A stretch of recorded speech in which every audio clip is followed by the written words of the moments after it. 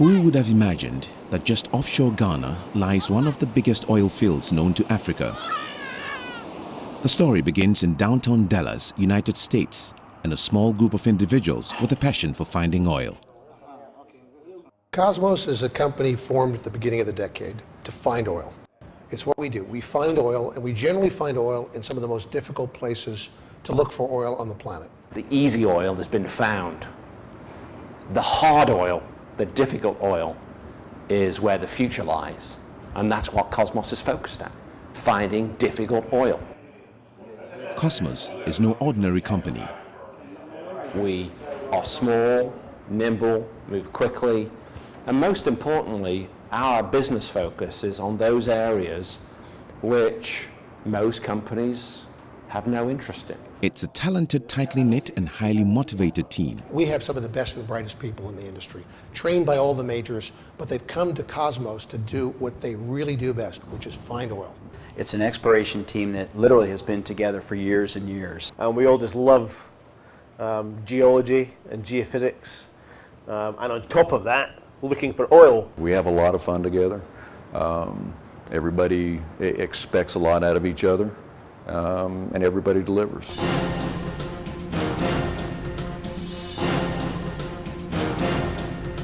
In 1999, the group developed the Sabre oil fields offshore Equatorial Guinea in a record 13 months. Despite its small size, Kosmos Energy is known and respected by governments and business leaders around the world. In 2008, they were named Oil Finders of the Year, and they are backed by two of the world's largest private equity firms, Warburg Pincus and Blackstone Capital Partners. But that's where convention ends. I think we're very good at what we do. We think independently, so I guess we are unconventional thinkers in that we don't follow the pack. Kosmos thrives on risk, and Ghana provided precisely the challenge they were looking for. We were looking for countries that wanted our skill set. And what Ghana, I think, recognized, and GNPC particularly recognized, was the expertise of the Kosmos team. We brought all those people, all those skills, that record for success in a high-risk environment that we had used in Equatorial Guinea. We brought that same team, that same skill set to Ghana. At considerable risk, for years, the biggest and the best in the industry had been looking for oil offshore. Over 80 exploration wells were drilled, and not one of them produced commercial oil.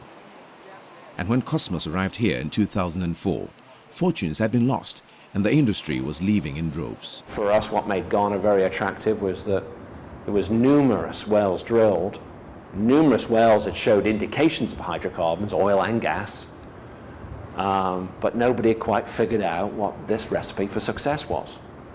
And for us, it was very, very simple. People had simply been looking in the wrong place.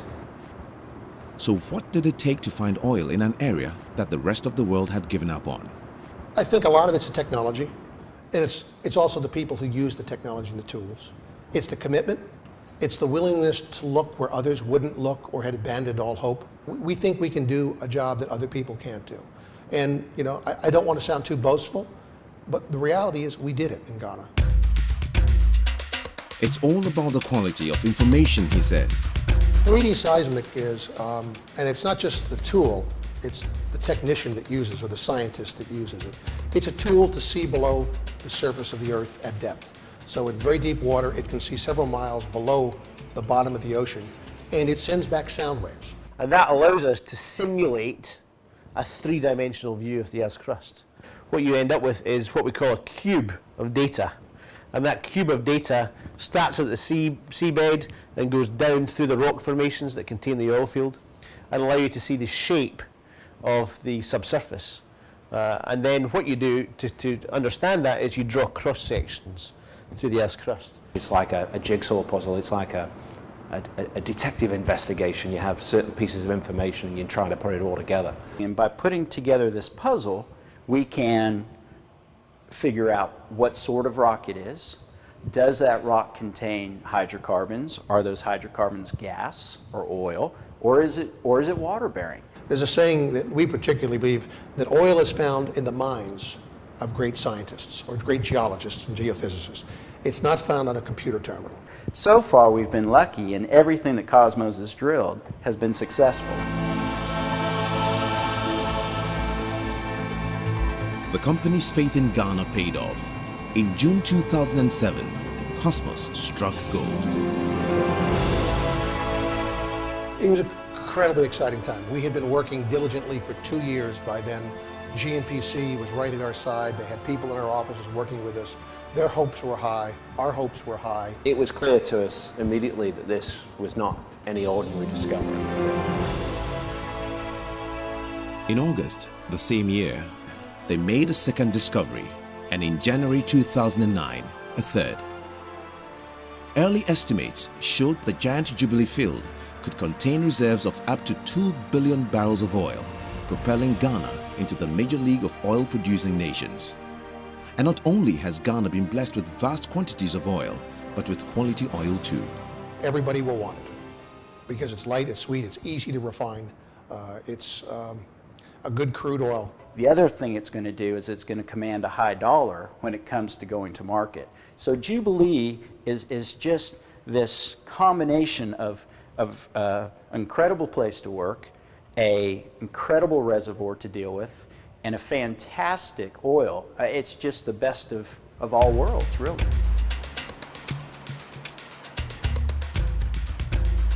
You have to be here at that time to see, because it's all of a sudden a feeling of we have arrived. We have arrived. And personally, it was at the moment when I feel this is the industry I want to be part of. It has the potential and the opportunity to turn the fortunes of a country around. All of a sudden, Ghana is going to find itself additional revenue stream that the government can utilize to build on infrastructure in Ghana. It can improve upon education, the transportation infrastructure, roads, hospitals, name it. So it's going to improve the life and the betterment of the average Ghanaian. And here's how. Firstly, Ghana owns 13.75% of all oil produced through GNPC. It then earns a further 5% through royalty, which increases to 15% based on the price of oil. This is known as additional oil entitlement. Add to that another 35% through corporate tax on the remaining profit. So even without including other taxes like VAT and NHIL, Ghana will receive well over half of all the revenue earned from oil. And this does not include the sum of $800 million to be earned from the gas delivered free of charge to GNPC. The combination of the tax royalty contracts, the participation of GNPC, without a question gives the majority of the wealth from all of this, all of these discoveries, all of this production to the government and people of Ghana. The Kosmos business model is simple. It's focused on finding oil, bringing it to the points of development, and passing the projects on to companies that are designed to be there for the long term, for the life of these projects. The very large independents, the majors or the super majors, depending on how big resource bases we actually find. Because that's what they do. That's what they do best. Our focus as a small company is really to find the oil in the first place, and as part of that, bring in the right successor. We've done the job we promised the Ghanaian people we'd do, which was we would come to Ghana, and if there was oil there, we would find it. We did that.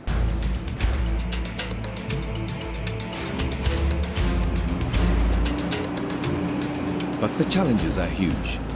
As a newcomer to the industry, Ghana has little of the infrastructure needed to support it, and Kosmos is having to start from scratch, bringing in personnel, experts, supplies, machinery, even rigs from every corner of the globe. It's a massive operation. We have a lot of big equipment out there, a lot of electronic equipment, and we tax it, we push it to the limit.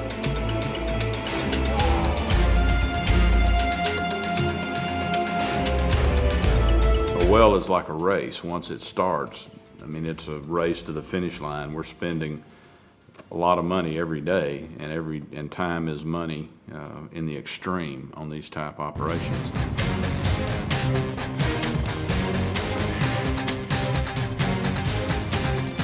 Operating this rig, for example, costs almost $1 million a day.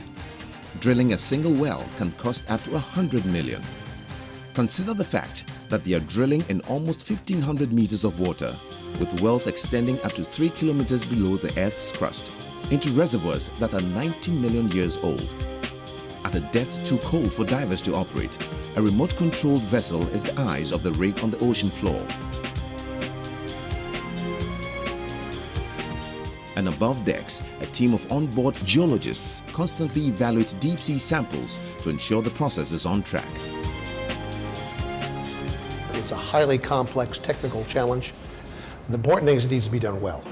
Government was keen for early production and Kosmos obliged.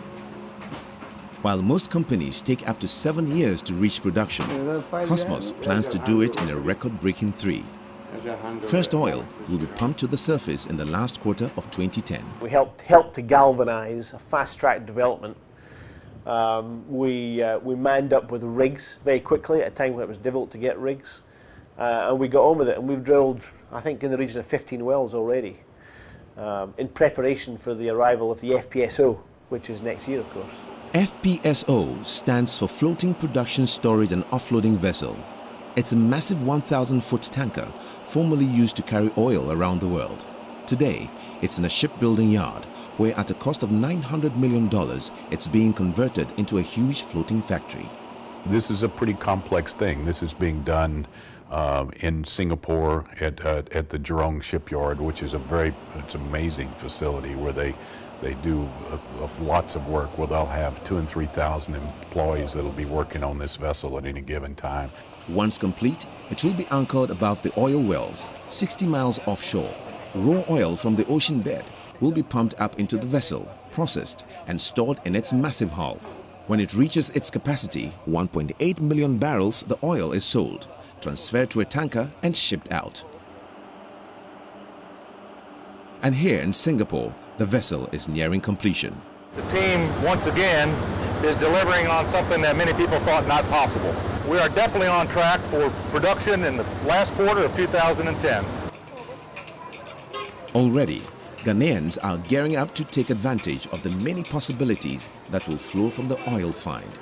You have petrochemical plants, you'll have refineries, you'll have power generating plants, you'll have all of these things that'll create onshore construction, which will lead to offshoots of other industries that come in and around these. We have companies that are offering services such as catering, hotels, banking, insurance. Just about every facet of the industries in Ghana is going to be touched. The oil being here, I think it will help people a lot. And the unemployment will reduce. I finished school last year, and up to now, I'm not working. Yeah, so I think it's going to create a form of employment for the youth of Ghana. So many types of work will come, and development will also come. It is something that will lift the living standard of our people. That is our expectation. Out on the rig, the process has already begun. I was trained as a roughneck, a shaker man, and I'm still on training to become a pump man and a derrick man. Any metal that has got broken, we are the people who weld them.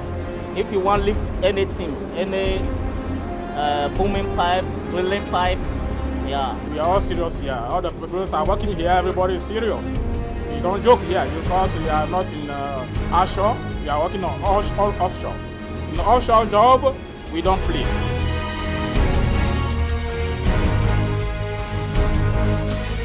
It's going to bring a lot of good things in Ghana.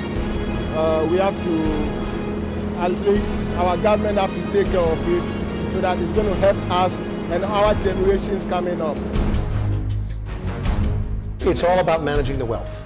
Whether it's gold, whether it's oil, whether it's something else of great value, it's how you manage all that tax revenue, the royalty revenue, the value that will go to GNPC. The joy is spectacular because you've created a future for government, for the people, where there's going to be substantial revenues down the road. There's going to be an industry, it's going to mean employment. It's a great opportunity for Ghana. It's a great opportunity for people working there. I mean, it will bring, in my mind, tremendous prosperity over a long period of time. We're talking about Jubilee producing for many, many, many, many years. In fact, there are people who are not yet born, engineers, geologists, who are not yet born in Ghana, who will work Jubilee in these other fields sometime in their life.